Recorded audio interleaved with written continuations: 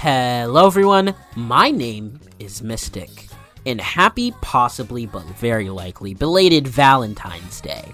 Today's video is going to be pretty short, since it's not a what if. But on this day of romance, love, and everything in between, I wanted to take a look at one of my favorite and misunderstood relationships within Dragon Ball, Goku and Chi-Chi. So, without further ado, let's get right into the video. So, why make a video on Goku and Chi-Chi? Doesn't everyone understand or love their relationship? Well, no actually. There's a tendency in the fandom, usually rooted in forms of misogyny, to call Chi-Chi a bad character, or even a bad fit for Goku as a partner, or even worse, a bad mother. When this couldn't be further from the truth. People tend to view her as overbearing or actively a hindrance to Goku's hype moments and aura. They even view her love of Gohan and her other child Goten as wrong? A lot of the Dragon Ball fandom simply does not understand what Chi-Chi means, not only for Dragon Ball as a story, but for Goku as a character. So, I wanted to clear up that misconception with this short video.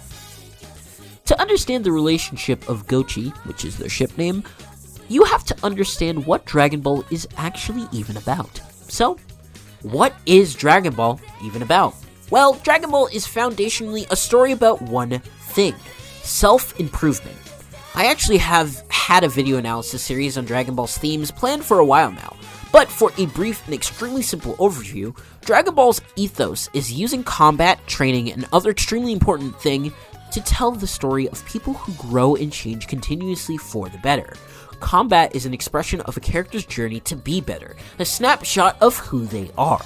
Training is the continuous effort to be better, a dedication to a path in a different direction, or even just furthering the direction already set upon themselves that they want to be. Basically, training is trying to be a better person.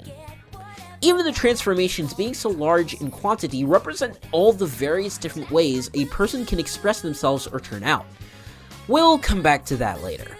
So, what is this last extremely important part of Dragon Ball that I'm referring to and Vague posted about earlier?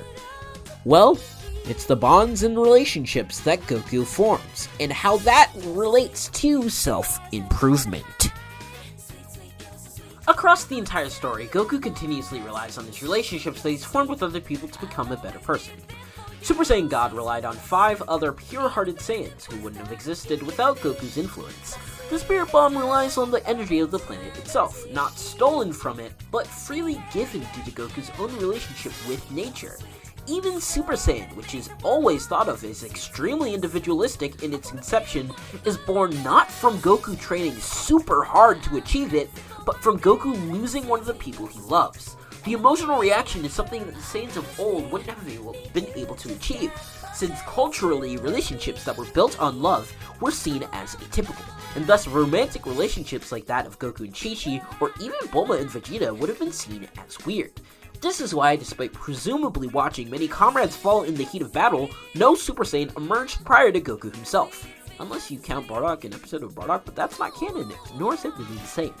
I could honestly make a whole video on how Super Saiyan works narratively with the themes of Dragon Ball that I would discuss in these other videos, but that requires making like 16,000 different videos first, and honestly, I can't do that right now, so that's a video for another day. Anyway, Super Saiyan specifically is very important to Goku and Chi-Chi's relationship, so we'll put a pin in that and get back to it later. We see how it would have turned out without that with Vegeta, who lacked such close bonds until he came to Earth. So, how does this connect to Goku and Chi-Chi? Well, to know this, first let's get into Goku. Goku is a Saiyan raised on Earth, and Earthlings through and through. I have a dedicated video to Goku and his characterization and journey planned as well, but to be brief, Goku's struggle throughout Dragon Ball is overall, not just in Super or Z or even the original, is a struggle with who he is. Basically, it's pervasive throughout the entirety of the narrative of Dragon Ball. Goku is continuously a work in progress, figuring out who he is throughout the entirety of the story. Goku in OG Dragon Ball is unaware of his existence as a Saiyan, but in Z, he somewhat grows away from being a human after learning of his heritage, relying more on Saiyan-like mindset of strength trumping all. However, crucially, even in this journey, the person who grounds Goku the most in humanity, the person who actively reminds Goku of who he is, among others, I believe it's Chi-Chi. Chi-Chi as a character exists to represent everything about Earth that keeps Goku from just becoming a silly, edgy character who forgets humanity and solely focuses on power instead of martial arts. Goku as a character is balanced out by Chi-Chi and her more irrational expressions and emotional appeals to Goku. She hates Super Saiyan because it's delinquent, which grounds Goku. She wants him to get a job because she doesn't want him to be a bum, which forces Goku to stop focusing solely on training, which allows him to continue to understand the perspective of the universe around him. With Gohan, she wants him to study to be a great scholar, being the truest expression of his actual desire to live a normal life. Chi-Chi exists and represents the more human desire and elements to ground these gods back to Earth. This balance does so much to make Goku such an incredible character, with Chi-Chi's strong will trumping his own instincts to guide him back onto the correct path. She doesn't like Super Saiyan, representing how pursuing solely the path of Super Saiyan will lead to stagnation, not just of Goku's strength, but of his character into someone who solely focuses on raw power instead of technique. Her desire to protect Gohan and Goten from the path of solely of just a warrior additionally grounds them away from dehumanizing themselves as just the heroes of Earth, as Goku previously did, leading Gohan away from the role he was nearly forced to take in the Cell Saga, and allowing for the balance he achieved today to be possible. Chi-Chi is not just a partner who Goku loves very much, which should just be the foundation for why their relationship works, but a spiritual guide for Goku, that uses her extreme love for all of her family to guide them to correct action, intentionally or not. In the end, Chi-Chi is, and always will be, Goku's greatest teacher. And off script a little bit, I wanted to go over a specific moment that illustrates my point really well.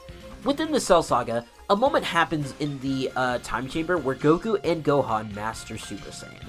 Now, a lot of people really have this sort of conception that once they mastered Super Saiyan and had the form be so efficient that it basically acted as a base form, that they should have never used base form again, because obviously that would leave them more prepared for battles and would have shown their progression as martial artists, right?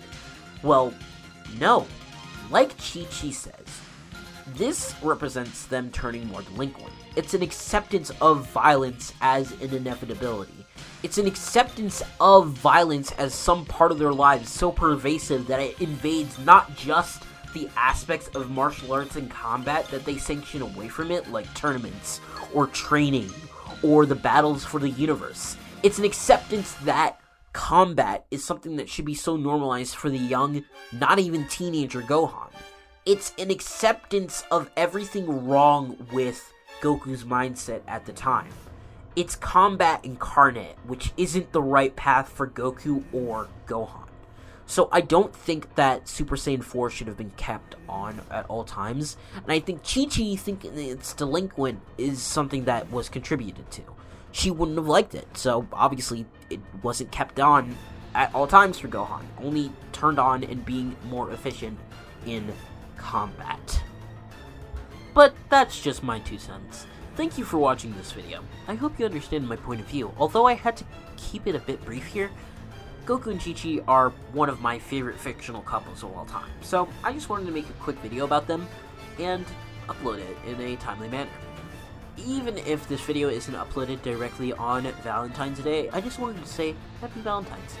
I hope you and your loved ones are able to have a wonderful experience on this Valentine's Day. I don't know what to say when you say Happy Valentine's Day. It's just like, yeah, have a good life, guys. Be in love and stuff. If you like this video, please be sure to check out my second channel, where I, hopefully, have uploaded a similar video, except about a different couple I really like and a different series I really like. Roxy Lalonde and June Egbert's relationship in Homestuck. If you want to see more analysis like this in the future, leave a like for more content like this. I doubt most people have reached this far in the video, but if this video gets 50 likes overall in any amount of time, before August of 2026, I will make a what-if scenario where Chi-Chi becomes a fighter at some point in time to show the profoundly different effect it has on the series and the characterization of pretty much all the Saiyans around her. I have another part for popular what ifs planned to be released in March. My New Year's resolution was to actually have at least one upload per month per YouTube channel, and I think I'm gonna achieve it actually. Do join my Discord server if you want to see more stuff from me. Follow my Twitter and subscribe. Love you all, and I'll see all of you in the next video. Bye-bye. Boop.